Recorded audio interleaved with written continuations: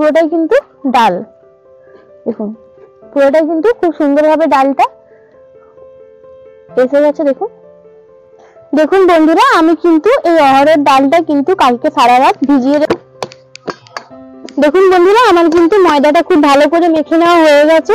এরপর আমি এই মশলাটা কিন্তু দিতেই হবে, না হলে কিন্তু ডাল পুরির আসল যে স্বাদ সেটা কিন্তু আসবে না।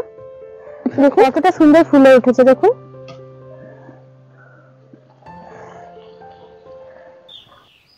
নমস্কার বন্ধুরা, কেমন আছেন সবাই? আশা করছি সকলেই ভালো আছেন। আমি স্নেহা, আমার চ্যানেল ভেজ রেসিপি উইথ স্নেহাতে আবারও একটা নতুন রেসিপিতে আপনাদের সকলকে স্বাগত জানাই। বন্ধুরা, আজ আমি আপনাদের সঙ্গে শেয়ার করব ডালপুরি।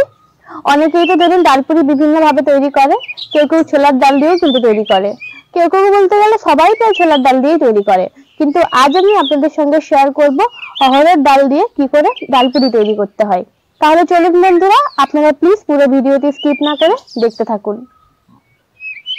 দেখুন বন্ধুরা, আমি কিন্তু এই অড়হরের ডালটা কিন্তু কালকে সারা রাত ভিজিয়ে রেখেছিলাম। এরপর এটা আমি মিক্সার মেশিনের সাহায্যে একটু বেটে নেব। দেখুন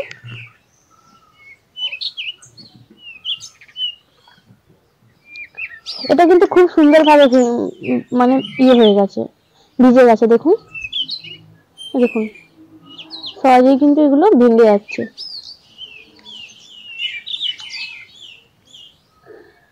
এরপর এখানে আমি দিয়ে দেবো অল্প পরিমাণে আদা আর একটা কাঁচা লঙ্কা। এরপর এটা আমি মিক্সার মেশিনের সাহায্যে পেস্ট করে নেব।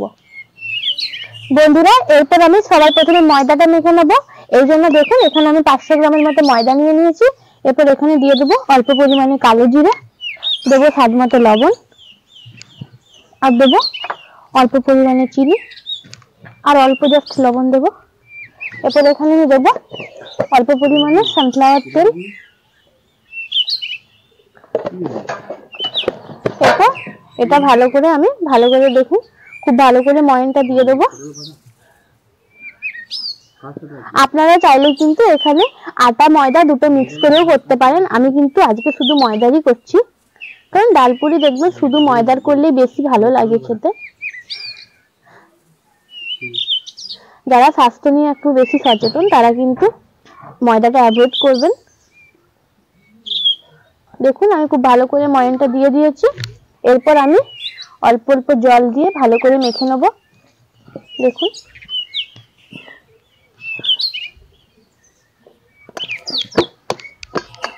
দেখুন বন্ধুরা, আমার কিন্তু ময়দাটা খুব ভালো করে মেখে নেওয়া হয়ে গেছে।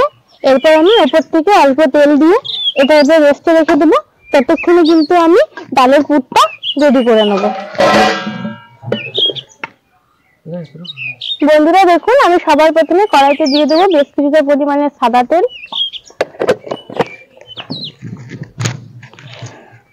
এরপর এখানে আমি দেবো অল্প পরিমাণে কালো জিরে।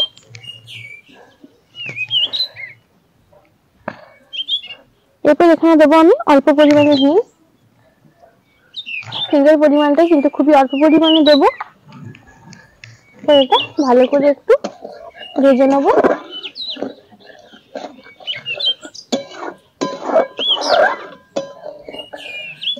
দেখুন এটা হালকা কিন্তু আমার ভাজা হয়ে গেছে। এরপর আমি এখানে দেবো আগে থেকে বেটে রাখা ডাল, কাঁচা লঙ্কা আর আদাটা।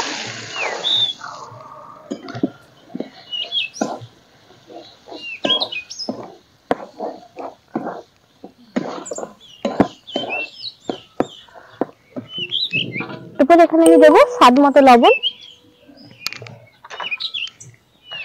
দেবো স্বাদ মতো চিনি, দেবো অল্প পরিমাণে হলুদের গুঁড়ো। এরপর এটাকে আমি খুব ভালো করে ভেজে নেব।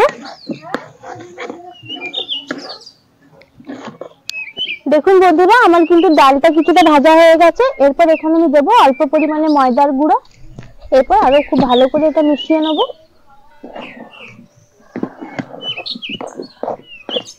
দেখুন এরপর এখানে আমি দেবো আগে থেকে আমি একটা ভাজা মশলা তৈরি করে রেখেছিলাম। এটা হচ্ছে আপনার গোটা জিরে, গোটা ধনে, গোটা মৌরি আর শুকনো লঙ্কা। এটাকে ভেজে আমি শুকনো খোলায় ভেজে পরে একটু গুঁড়ো করে নিয়েছি। এরপর এটা দিয়ে একটু ভালো করে মিশিয়ে নেব। এই মশলাটা কিন্তু দিতেই হবে, না হলে কিন্তু ডাল পুরির আসল যে স্বাদ সেটা কিন্তু আসবে না। দেখুন এটা কিন্তু আমার খুব ভালো করে তৈরি হয়ে গেছে। এরপর এটা আমি কড়া থেকে নামিয়ে নেব। দেখুন বন্ধুরা, ফিরে এলাম বেশ কিছুক্ষণ পরে। দেখুন ময়দাটা কিন্তু আমার কতটা নরম হয়ে গেছে। দেখুন দেখুন খুব সুন্দর কিন্তু। দেখুন বন্ধুরা, এরপর এটা আমি জাস্ট আর একটু হাত দিয়ে এরকম মুঠে নেবো। দেখুন এরপর এখান থেকে আমি ছোট ছোট লুচি করে নেব।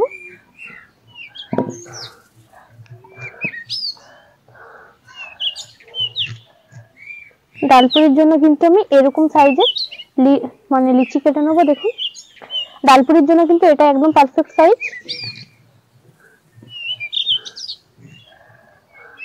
এর থেকে বড়ও করব না, এর থেকে কিন্তু ছোটও করব না।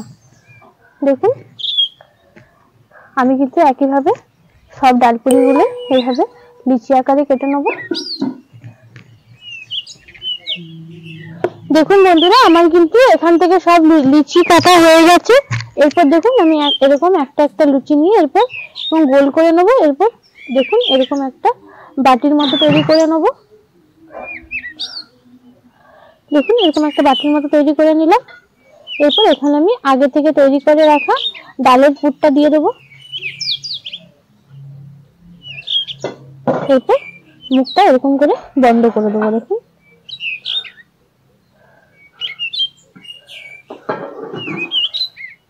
দেখুন একটা কিন্তু আমার রেডি হয়ে গেছে। আমি আরেকটা আপনাদেরকে তৈরি করে দেখাচ্ছি।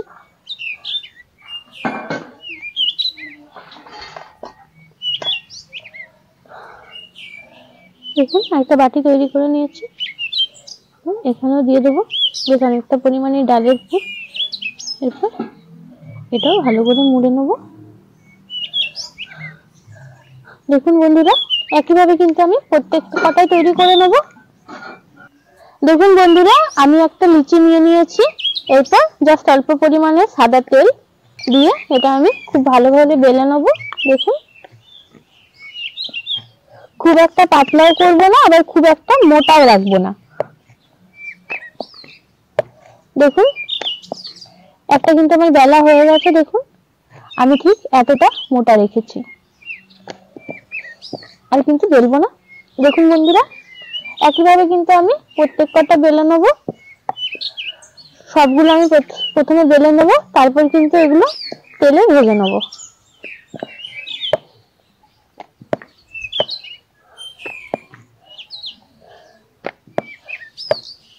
দেখুন বন্ধুরা, আমার তেলটা কিন্তু গরম হয়ে গেছে। এরপর আমি এগুলো ভেজে নেব। দেখুন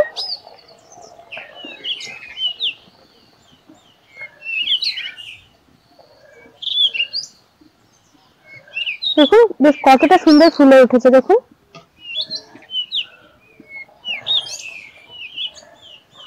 কি সুন্দর ডুমো হয়ে ফুলে উঠেছে। দেখুন বন্ধুরা, আমার একটা কিন্তু একদম ভাজা হয়ে গেছে। এরপর দেখুন আমি আরেকটা ভেজে নেব।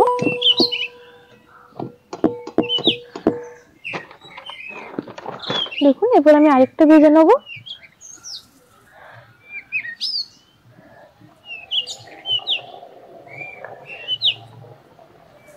এখানে কিন্তু ময়দাটা খুব ভালো করে মাখতে হবে। ময়দাটা যত ভালো করে মাখবেন তত কিন্তু এগুলো সুন্দরভাবে ফুলে উঠবে।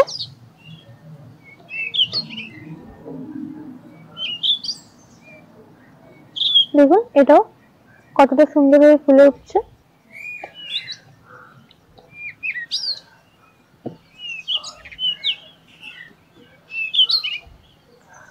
দেখুন বন্ধুরা, আমার আরেকটাও কিন্তু ভাজা হয়ে গেছে। একইভাবে কিন্তু আমি প্রত্যেক কটাই ভেজে নিচ্ছি। দেখুন